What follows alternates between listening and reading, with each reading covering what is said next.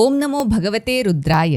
ನಮ್ಮ ಭೂಲೋಕ ಸೃಷ್ಟಿಯಾಗಬೇಕಾದ್ರೆ ಇಲ್ಲಿರುವಂತಹ ಸಕಲ ಚರಾಚರ ಜೀವಿ ಗಿಡ ಮರಗಳನ್ನು ಸೃಷ್ಟಿಸುವಂತಹ ಉದ್ದೇಶದಿಂದ ಬೇರೆ ಬೇರೆ ಜವಾಬ್ದಾರಿಗಳನ್ನು ನಿರ್ವಹಿಸಲಿಕ್ಕಾಗಿ ಬ್ರಹ್ಮ ವಿಷ್ಣು ಮಹೇಶ್ವರರ ಸೃಷ್ಟಿಯಾಗ್ತದೆ. ಬ್ರಹ್ಮನಿಗೆ ಸೃಷ್ಟಿಯ ಜವಾಬ್ದಾರಿಯನ್ನು ನೀಡಿದರೆ ವಿಷ್ಣುವಿಗೆ ಪಾಲನೆಯ ಹಾಗೂ ಶಿವನಿಗೆ ಲಯದ ಜವಾಬ್ದಾರಿಯನ್ನು ನೀಡಲಾಯಿತು ಅಂತ ಹೇಳುವಂತಹ ವಿಷಯವನ್ನ ನಾವೆಲ್ಲರೂ ಹಲವಾರು ಪುರಾಣ ಕಥೆಗಳ ಮೂಲಕ ಕೇಳಿ ತಿಳ್ಕೊಂಡಿರ್ತೇವೆ. ಇವತ್ತು ನಾವು ಹೇಳಲಿಕ್ಕೆ ಹೊರಟಿರುವಂತಹ ವಿಷಯ ಅಂತ ಹೇಳಿದ್ರೆ ಲಯಕಾರನಾದಂತಹ ಶಿವನ ವಾಸಸ್ಥಾನವಾದ ಕೈಲಾಸ ಪರ್ವತದ ಬಗ್ಗೆ. ಕೈಲಾಸ ಪರ್ವತ ಅಂತ ಹೇಳಿದ ಕೂಡಲೇ ಒಟ್ಟು 5 ಕೈಲಾಸಗಳು, ಪಂಚ ಕೈಲಾಸ ಅಂತ ಹೇಳಿ ಕರೆಸ್ಕೊಳ್ಳುವಂತಹ ಇವುಗಳಲ್ಲಿ ಸ್ವತಃ ಶಿವನೇ ವಾಸವಾಗಿದ್ದಾನೆ ಅಂತ ಹೇಳುವಂತಹ ನಂಬಿಕೆ ಭಾರತೀಯ ಆಸ್ತಿಕರಲ್ಲಿ ಗಾಢವಾಗಿದೆ. ಈ ನಂಬಿಕೆಗಳು ಇನ್ನೂ ಗಟ್ಟಿಯಾಗ್ಲಿಕ್ಕೆ ಅಲ್ಲಿರುವಂತಹ ಹಲವಾರು ರಹಸ್ಯಗಳು ಕೂಡ ಪೂರಕ.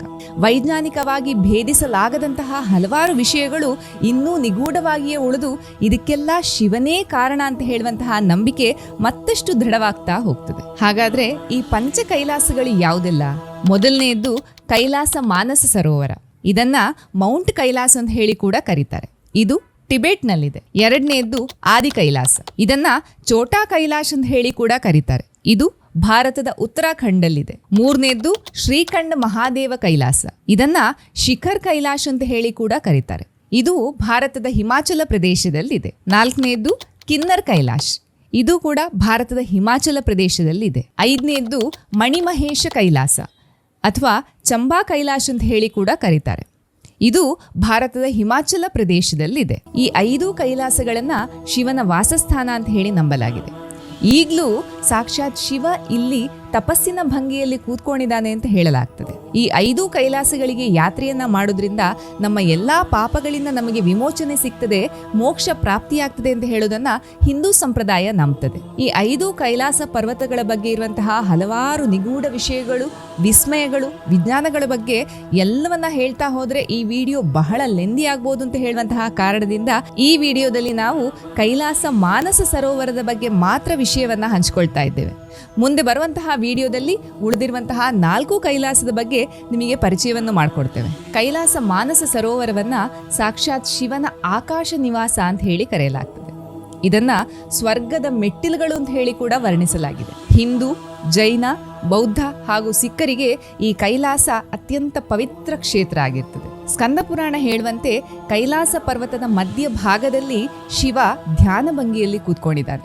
ಆದ್ರಿಂದಲೇ ಶಿವನನ್ನ ಮಹಾಯೋಗಿ ಅಂತ ಹೇಳಿ ಕರೆಯುತ್ತಾರೆ. ಇಲ್ಲಿಗೆ ಯಾತ್ರೆಯನ್ನ ಮಾಡಿರುವಂತಹ ಅನೇಕ ಯಾತ್ರಾರ್ಥಿಗಳ ಅನುಭವವನ್ನ ಕೇಳ್ತಾ ಹೋದ್ರೆ ಅವರಿಗೆ ಅಲ್ಲಿ ಶಿವನ ಇರುವಿಕೆ ಭಾಸ ಆಗ್ತದಂತೆ. ಅದರ ಹತ್ರ ಹೋಗ್ಬೇಕಾದ್ರೆ ಯಾವುದೋ ವಿಚಿತ್ರ ರೀತಿಯ ಒಂದು ಅನುಭವ, ವಿಭಿನ್ನ ಕಂಪನ ಉಂಟಾಗ್ತದೆ ಅಂತ ಹೇಳ್ತಾರೆ. ಇದಕ್ಕೆ ಪೂರಕ ಆಗುವಂತೆ ಕೈಲಾಸ ಪರ್ವತ ಅಂತ ಹೇಳುವಂಥದ್ದು ಅತ್ಯಂತ ಎತ್ತರದ ಶಿಖರ ಅಲ್ಲ. 6656 ಮೀಟರ್ ಎತ್ತರದ ಈ ಪರ್ವತದ ತುದಿಯನ್ನ ಇವತ್ತಿನ ತನಕ ಯಾರಿಗೂ ಹತ್ಲಿಕ್ಕೆ ಸಾಧ್ಯ ಆಗಲಿಲ್ಲ. ಹಲವಾರು ಪರ್ವತಾರೋಹಿಗಳು ಇದಕ್ಕೆ ಪ್ರಯತ್ನವನ್ನ ಪಟ್ಟು ವಿಫಲರಾಗಿದ್ದಾರೆ. ಇಲ್ಲಿನ ಒಂದು ನಿರ್ದಿಷ್ಟ ಪ್ರದೇಶದ ನಂತರ ಈ ಶಿಖರವನ್ನ ಹತ್ತುವುದನ್ನ ಅಲ್ಲಿನ ಸರ್ಕಾರವೂ ನಿಷೇಧಿಸಿದೆ. ಅದನ್ನು ಮೀರಿ ಈ ಪರ್ವತವನ್ನು ಹತ್ತಲಿಕ್ಕೆ ಪ್ರಯತ್ನ ಪಟ್ಟವರು ಮತ್ತೆ ಪುನಃ ಹಿಂದಿರುಗಿ ಬರಲಿಲ್ಲ ಅಂತ ಹೇಳುವಂತಹ ವರದಿಯನ್ನ ನೀವೆಲ್ಲರೂ ಕೇಳಿರ್ಬೋದು. ಇಲ್ಲಿನ ಇನ್ನೂ ಒಂದು ವಿಸ್ಮಯ ಅಂತ ಹೇಳಿದ್ರೆ ಕೈಲಾಸ ಪರ್ವತದ ಒಂದು ನಿರ್ದಿಷ್ಟ ಹಂತದ ನಂತರ ಮೇಲೆ ಹೋದ್ರೆ ಮನುಷ್ಯನಿಗೆ ಬೇಗ ವಯಸ್ಸಾಗ್ತದಂತೆ.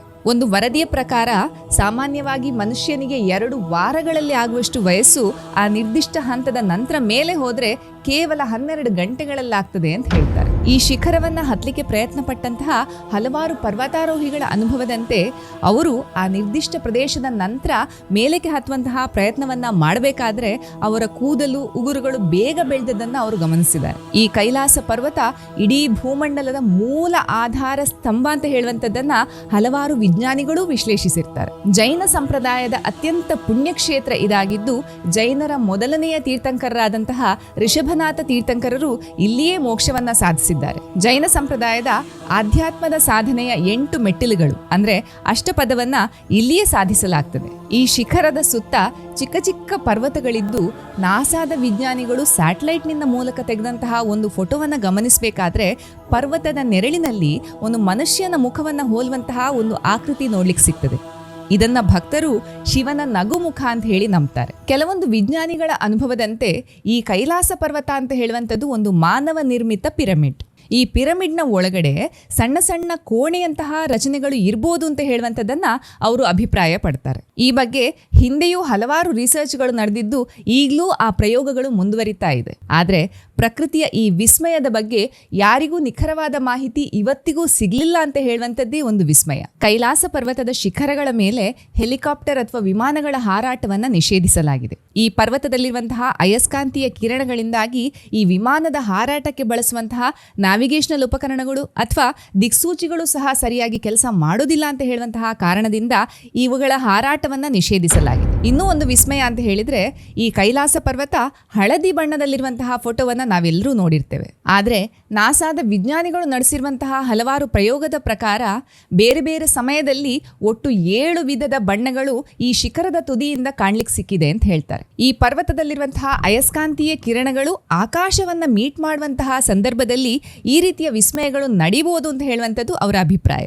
ಚೀನಾ, ಭಾರತ ಹಾಗೂ ನೇಪಾಳದ ಗಡಿ ಪ್ರದೇಶದಲ್ಲಿ ಸಮುದ್ರ ಮಟ್ಟಕ್ಕಿಂತ 15,000 ಫೀಟ್ಗಳಷ್ಟು ಎತ್ತರದಲ್ಲಿರುವಂತಹ ಅತ್ಯಂತ ಪವಿತ್ರವಾದ ಸಿಹಿ ನೀರಿನ ಕೆರೆ ಮಾನಸ ಸರೋವರ. ಪ್ರಪಂಚದ ಅತಿ ದೊಡ್ಡ ಪ್ರಾಕೃತಿಕ ಸಿಹಿ ನೀರಿನ ಕೆರೆ ಇದು ಅಂತ ಕರೀತಾರೆ. ಸುಮಾರು 88 ಕಿಲೋಮೀಟರ್ ಸುತ್ತಳತೆಯನ್ನು ಹೊಂದಿರುವಂತಹ ಈ ಕೆರೆ ಮ್ಯಾಕ್ಸಿಮಮ್ 100 ಮೀಟರ್ ಅಂದ್ರೆ 330 ಫೀಟ್ಗಳಷ್ಟು ಆಳವನ್ನ ಹೊಂದಿದೆ. ಪ್ರಪಂಚದ ಮುಖ್ಯ 4 ನದಿಗಳು ಈ ಸರೋವರದಿಂದಲೇ ಹುಟ್ಕೊಳ್ತದೆ.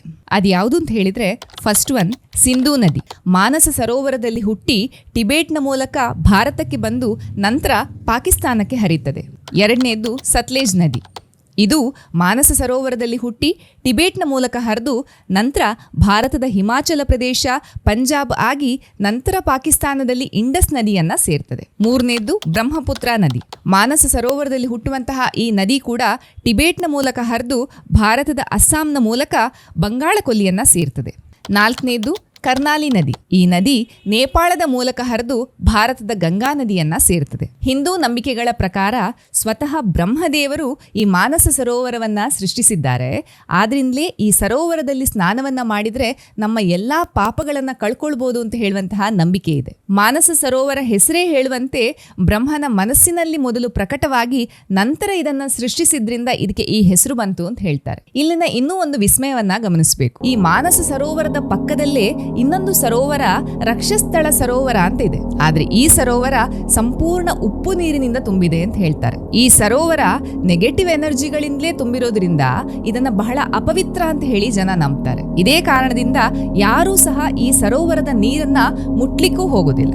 ರಾಕ್ಷಸ ರಾಜನಾದಂತಹ ರಾವಣ ತಪಸ್ಸು ಮಾಡಿದ ಜಾಗ ಇದಾದ್ರಿಂದ ಈ ಸರೋವರವನ್ನ ರಾಕ್ಷಸ ತಳ ಸರೋವರ ಅಂತ ಹೇಳಿ ಕೂಡ ಕರೀತಾರೆ. ಕೈಲಾಸ ಪರ್ವತದ ಬಗ್ಗೆ ಹೇಳಿದಷ್ಟು ಮುಗಿಯದ ನಿಗೂಢಗಳು, ವಿಸ್ಮಯಗಳು ಇನ್ನೂ ಇದೆ. ಭೇದಿಸ್ಲಿಕ್ಕೆ ಸಾಧ್ಯ ಆಗದೇ ಇರುವಂತಹ ಸತ್ಯಗಳು ಇನ್ನೂ ನಿಗೂಢವಾಗಿಯೇ ಉಳ್ಕೊಂಡಿದೆ. ಇವೆಲ್ಲವನ್ನ ಆಧ್ಯಾತ್ಮಿಕ ಭಾವನೆಗಳು ದೇವರ ಪವಾಡ ಅಂತ ಹೇಳಿ ಭಕ್ತಿಯಿಂದ ನಂಬಿದ್ರೆ, ವಿಜ್ಞಾನ ಮಾತ್ರ ಇನ್ನೂ ಸಂಶೋಧನೆಗಳನ್ನ ಮಾಡುವ ಮೂಲಕ ಸತ್ಯ ಶೋಧನೆಯಲ್ಲಿ ತೊಡಗಿರುವಂತದ್ದಂತೂ ಸತ್ಯ. ಇದೇ ರೀತಿ ಉಳಿದಿರುವಂತಹ 4 ಕೈಲಾಸದ ಪರಿಚಯವನ್ನೂ ನಿಮಗೆ ಮಾಡಿಕೊಡ್ತೇವೆ ಅಂತ ಹೇಳ್ತಾ, ಈ ವಿಡಿಯೋ ನಿಮಗೆ ಇಷ್ಟ ಆಗಿದ್ದಲ್ಲಿ please like, share and subscribe unearthing ಅನ್ವೇಷಣೆಯಲ್ಲಿ.